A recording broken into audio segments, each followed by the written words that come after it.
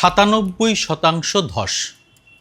সংখ্যাটা শুনলে মনে হতে পারে শেয়ার বাজারের ক্র্যাশের কথা বলতে শুরু করলাম, কিন্তু না, এটা আসলে গোটা একটা দেশের অর্থনৈতিক ভবিষ্যতের চিত্র। আর সেই দেশটা আমাদের ভারত। একটা উদাহরণ দিয়ে শুরু করা যাক। ধরুন একটা শহরের কথা, যেখানে একসময় প্রতিদিন নতুন নতুন অতিথি আসতেন।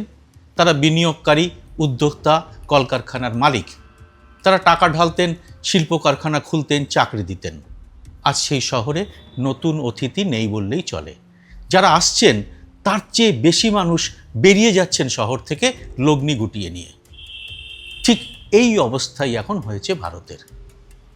এই তথ্য কে দিচ্ছে?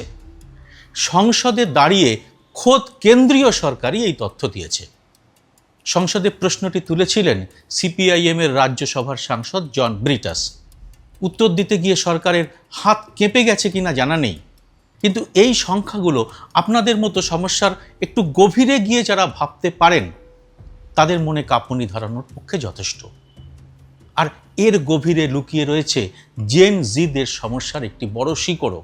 মানে ভারতের অর্থনীতির একেবারে কঙ্কালটা যেন বেরিয়ে এসেছে এই তথ্য থেকে।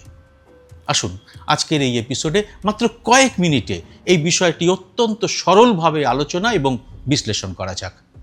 সাধারণ মানুষের যে সমস্ত সমস্যাগুলোর গভীরে যায় না আমাদের মূলধারার সংবাদ মাধ্যম, এখানে সেই সব তথ্য নিয়েই আলোচনা করা হয়েছে।